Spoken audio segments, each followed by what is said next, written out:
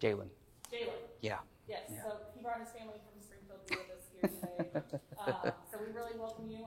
And he's going to present Reds and Rico's clothing. Yeah. Welcome him back. Yeah. How's everybody doing? Everybody doing all right? Who's seen me before? All right, 2 people. This is going to be even better. Well, my full name is Ricardo Abdel Aviles. I know what you're thinking. My parents did have a stutter when they named me. So that's kind of like what happens. I'm originally from Puerto Rico. I was born, raised, and educated there. And then I came to the U.S. in 2008, where I joined the military as an MP. I did some time in the Army, and then I got out. Fell in love with Springfield, and I ended up moving there. So you want to talk about culture shock, think about living in an island for 18 years that doesn't speak English and you come here. So loosen up, people. I make jokes all the time. You're going to hear a lot of funny things in here. No, not many. Not many Puerto Ricans either. So if you've seen me before, by nature, I'm an interpreter. I'm a Spanish interpreter for the state. I worked with human trafficking. I worked with immigration. I work with anything child-related, counterintelligence, and all that interesting stuff. And I also am a purple belt in Brazilian Jiu-Jitsu, which I help teach. I also do comedy for a living, which I travel a lot for that. And that's why my wife is always with the kiddo. And on top of that, we just opened, me and my business partner, Sean Davis. I call him my lucky charm. If he was here, that would be a lot funnier because he's Irish. So you would get that. And we opened up what's called Red and Rico's Clothing Company. So the reason we opened up Red and Rico's was because the fashion industry or the clothing industry is a $3.2 trillion industry, right? It's a lot of money, a lot of stuff to go around. And if you look at everybody around you, everybody has a sense of fashion. Now, at my age, which I'm 33, we have a little bit more relaxed fashion style. And we like to, for some reason, put pretty pictures on shirts and put something funny on it so people will look at it, come ask you, and then normally they buy my shirts. That's what I'm hoping everybody does after this presentation, okay? So right now, it's a very, very early startup. This started out a year ago as an idea when we were drunk at my house, smoking cigars, and we just said, we should start a t-shirt company. It sounds like a great idea. The biggest problem for us was overhead. Like, as you know, different sizes, different body styles, different shapes. So I have a friend of mine that's a former client of mine through interpreting that works for Amazon. And he said, hey, Amazon has something called merch. And merch, what you do is you make an LLC, you open up an account, and if you know a couple people, they'll let you in, and you can pretty much sell your merch through Amazon with zero overhead. They pretty much copyright the design for you or tell you if it's copyrighted already, and then you can sell your shirts. So we started about 2 months ago. We've sold 67 shirts already. 20 of them were bought by me because I wanted to have a couple of them. So that's kind of cheating. And we've done pretty good. The shirts are $19.99 or $20, I believe. I'd have to look because I haven't looked at it this week, and I do so many things that I forget, so I apologize. And we get royalties, we get $3.75 a shirt. So it's pretty good because we pretty much just do the design. Designs are normally about $25, $30 per design, and we'll make that up pretty quickly. And then after that, we put it on the Amazon website. When we put it in there, it'll tell us if it's copyrighted or not. Normally takes a week. And then you have levels. Right now we're at tier level 3, which is interesting because we can make X amount of submissions per day, and then they'll approve it. And then once it's approved, the shirt's already on Amazon. So it's a great way to have, and I hate to use this word, passive income, because there's no such thing as passive income, because we've had to put a lot of ideas and a lot of talks so we don't put things that are kind of weird. Like this one's the highest sold one. We've sold 30 something of these. And it's just pretty much like cigars and coffee is the only plant-based diet I follow. And if you drink a lot of coffee, it's technically a salad, so you're being healthy, okay? The next time you go to your doctor, you say, Doc, I eat salads all the time every morning. I just liquidate them and drink them, okay? And cigars, well, we're not going to get there. So we've been doing pretty good. One of the biggest things that we're trying to accomplish is just to get the word out there. I like slow and steady instead of fast because I think that the slower you grow, the more sustainable it is. So like my business, for example, for Spanish, like last year was the first year we've been able to actually like pay myself, and it'll be our third year. This is our fourth year. And then for jiu-jitsu, obviously I teach, and for comedy, this is my second year. So I still don't make a lot of money, but you know, I'm not that funny, so I have other sources of income, obviously. Yeah, I'm not getting y'all a laugh. All right, cool. We'll get there. So that's pretty much what we have for this. I appreciate you, all of you having us out. So if you have any questions of anything whatsoever, like go ahead and ask me, feel free. So thank you very much for listening to me, and let's just go ahead and open it up for questions. Oh, wow. All right, go ahead, sir. Where are you manufacturing? Amazon. So Amazon does everything. I don't do a damn thing. I literally go on my phone, I go copy paste on the shirt, I size it, I pick the colors, I pick the sizes, I pick long sleeves, I pick how thin I want them, and I hit okay, and then they sell them. So we don't do anything. They just pay us a royalty for that. Ma'am? You just kind of answered it, the different styles of shirts. Are there options for styles? There are. So like right now, like if you look at this one, it's pretty thin, right? And like what I like about this one is that I'm always cold. Like you can ask my wife, it could be 60 in the house and you see her eyes rolling, and I need to have a long sleeve. But this one's actually pretty nice because when it's like 70 or 80, like I can have this and it's really breathable. And apparently from what I've been told, as the seasons change, they'll change. This is what's called a premium shirt. As the seasons changes, this will become a much thicker shirt. And then they have long sleeves, they have hoodies, they have like V-necks, they have the female ones that are like short here and whatnot. I'm a customer of yours. Mm-hmm. First off, how do I get to you?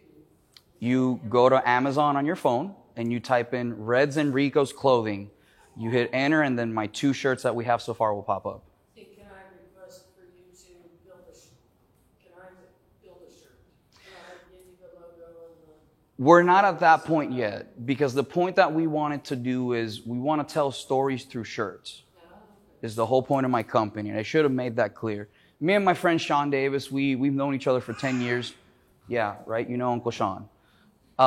Sean was my SWAT instructor when I went through SWAT school in the military, or SRT, and we just have had a plethora of crazy things happen to us, and we decided to put a lot of them on shirts. Like we had someone that was vegan come into the cigar shop one day and saying like, cigars are so bad for you, you should go vegan. And I'm like, I'm having a salad right now, I'm just smoking it. And you can imagine that person was not happy about that. So I made the shirt and it sold pretty well. So hopefully that answers your question. What else we got? Yes, ma'am. So you do design yourselves. Yes. Just what comes up in your head? What about images? The images normally we pay someone else to like draw them or make them and whatnot. And the designs pretty much we just sit down like on a weekly basis. We talk to each other for like 2 to 3 hours, like 2 times a week, where we'll be like, hey, I got an idea for this. It's kind of like joke writing, which goes hand to hand. All my businesses go hand in hand. Because since I speak other languages, I can do these shirts in another language, right? Since I do comedy, most of these shirts, there's a joke involved in them. So now when I have a joke, I can make a visual effect of the joke, and then I can sell it. And then when I'm out on tour or something, I can sell the shirts. But it's all about like ideas that we have. And it's all like original. So the beauty of Amazon is they'll tell you if it's something copyrighted or not. Because they look it through their database, which avoids lawsuits. So yeah. What else we got? Yes, ma'am. How many companies in this Amazon merch are there? If I check correctly, I think there's over 300,000. So the biggest thing for you to get noticed is you got to sell. So the more shirts you sell, the more you're noticed. And then once you're at like a tier 5, it's pretty much where Amazon, like you get to meet like Amazon like the head of Amazon people, where they'll show you how to do marketing, and there's some benefits to it because they'll show you and they'll do free marketing for you and they'll fly you and all that stuff. But to get to that level, you got to sell at least like $20,000 in shirts, which I'm not saying it's not possible. In a perfect world where I'd like to be is where we're selling consistently every month. It's producing us at least $500. And I think that'd be awesome because it's all about baby steps. You know, I like cash flow instead of cash. just because consistency is what makes us better. And I'm a firm believer in that, the Stoicism saying. So that's what I'm trying to get at. Right now, we've had, $30 every month. And, we've been 2 months, so 60 something, and that's pretty good for me, and I'm a small business owner. I'm just a little Hispanic dude that's in Missouri. So what else y'all got? Yes, ma'am. So do you work on the search optimization and so if I went to Amazon and Mm-hmm. funny t-shirts or Mm-hmm. how would I find you outside of looking for Reds and Ricos? We wouldn't, because we're at tier 2. And that's where it gets interesting, because Amazon pretty much doesn't really care about you until you start making them money, which capitalism. So that's pretty much where we're at right now, is just trying to get out there. So it's been a very, very surreal experience, because slowly but surely we're learning how to get out there and do marketing and do all that stuff. And I'm a firm believer in word of mouth. So that's one of the biggest things that we get, is that's how we've had people buy them. But again, it's just slow and steady. Hopefully, in a year from now, we won't be where we're at right now. But we don't know. There's a lot of uncertainty in the world right now, as everybody knows. And, we've been very blessed that we've been able to work, because we're both considered essential workers. And it's just one of those things that we don't know what's going to happen. It's a very weird time in our lives right now, ladies and gentlemen. Yes, ma'am. So I'm looking at Amazon right now, I cannot find it. So what do I do to find it? So that's an issue, number one. The other thing you can do is you can go on Facebook and you can type in Reds and Ricos clothing, and that'll pop up automatically, because I just checked it. And then you go down and you'll see a bunch of ads for our shirts. You click on it and it takes you directly to your app. If you have the Amazon app, it'll take you directly to buy it. So see, and that's a perfect example of what I mean. Like you said, you type in funny shirts, we don't pop up. You type in Reds and Ricos, we don't pop up. And that's just part of the search engine optimization that Amazon has. That's why I do direct clicks on our website, on our Facebook page, because it's just so much easier for me to say, hey, like our Facebook page. And then after that, you look at it every day, and then you see the ads that we've paid for, and that way people want to buy it, which is, again, it's slow and steady, but it's the best way that I know how to do it right now. And again, I do so many different things that my days are pretty booked nowadays. Any other questions? You can ask me about anything, ladies and gentlemen, even if it's not company related, because I know I do a lot of things. Yes, sir. I thought I saw you raise your hand. Oh, my bad. Got excited there. Your translation, you're saying you work for the state of Missouri? I'm a contractor for many people. I did contracting work for the DEA, ATF, Homeland Security, the Marshals, and a bunch of other agencies where I've been an interpreter involved in a lot of stuff. Do you do something specific in Springfield or Springfield? Yeah, I've done a lot of human trafficking cases in Springfield.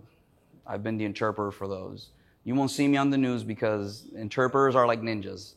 That's why the name of my business is Language Ninja Solutions. You don't want to be seen. And interpreters are everywhere. Even when you see big, I'll use politics for an example because it's the most prominent one.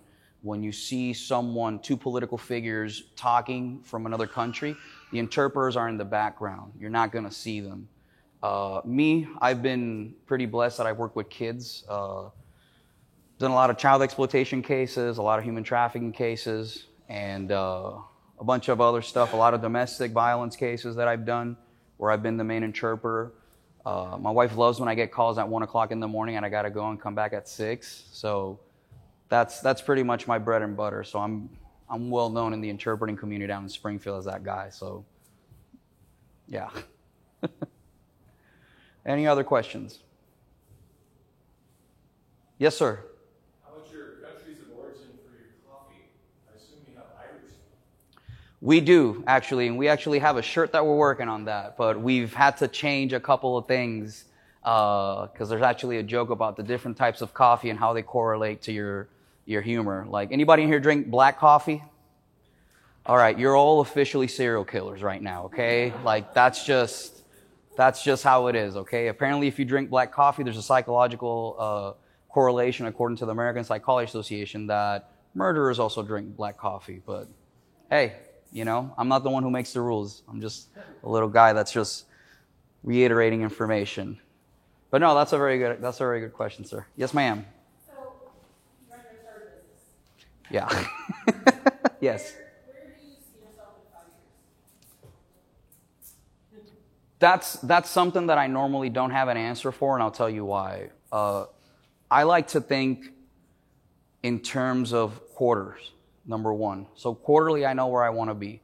Yearly, I know where I want to be. And the way that I design myself is every year I have a goal. So for example, this year we upped our prices for my interpreting business because I got to spend more time home. You know, I got kiddos and stuff like that, and we had clients that just weren't paying like what we're worth. I have 3 certifications. I have one through DOD, one through CTP, which allows me to do cases with the European Union and certify papers. And 2 weeks from now, I'll be taking the state test, the final state test to get certified for courts, which I'm already working in the courts. It's just a formality, so to speak. And then I also teach interpreters how to be interpreters because I've been doing this for 16 years. So I teach a class on human trafficking on CPS, and we're teaching a class on drugs, like the drugs for like interpreters to understand like what are the names and the glossaries and all that stuff. So I stay relatively busy. But, you know, in a perfect world, 5 years from now, I'd like for my wife to not be working, which we were just talking on this on the car. She can just be a trophy wife, you know, and as you can see, she already has pre-qualities for that. And me doing more comedy, me doing translations. Hopefully I'd like to be a black belt in jiu-jitsu, because by then I can go to X town, do a comedy show that night, call the gym down there and do a seminar, make $300-400, make another $500 that night doing comedy, sell some shirts, make maybe $60-80 selling shirts, and then I can go to different businesses in town and say, hey, if you ever need an interpreter for these languages, I'm your guy. So it's all it all correlates together. That's where I'd like to see myself in 5 years. Realistically, I think it'll happen in 10, you know, but that's where I like. This year, my goal for the t-shirt company was to sell 5 shirts. I was like, if I can sell 5 shirts, I'm happy, you know. For translations, my goal this year was to get 1 certification. I'm getting 2. So that's why 5 years from now I could tell you, because I move at a pretty fast pace. I wake up every day and I have a routine, and it's just the way that I do things is very different from other people. But my weekends are sacred, so I'm pretty burned out by the weekends. So it's very hard for me to say 5 years from now, because I don't know what opportunity might present itself. Right now I'm doing a show with Adam Gable and I forget his name, Tim something. He's a comedian that was in Jackass. I don't know where that's going to go. Maybe he says, hey, you want to come to New York and do something? And then next thing you know, I have to adjust fire, and I have to say, okay, I have to spend less time interpreting, less time in this, more time in this. And everything I do, I love. That's why I can wake up early, and like, my wife thinks I have a sleeping problem. I think I just have too much motivation sometimes. So hopefully that answers your question. Anything else? Can I ask you a question about human trafficking? Yeah, go ahead. By all means, you can ask anything you want. So you said you teach human trafficking classes? I teach classes to interpreters about human trafficking. So as just general citizens, Mm-hmm. are there some things that we, like hotline items we should look out for, or red flags that you can summarize or something? You just lost me dinner, because I told my wife, she said someone was going to ask that exact question. That doesn't count, right? So here's the thing, man, is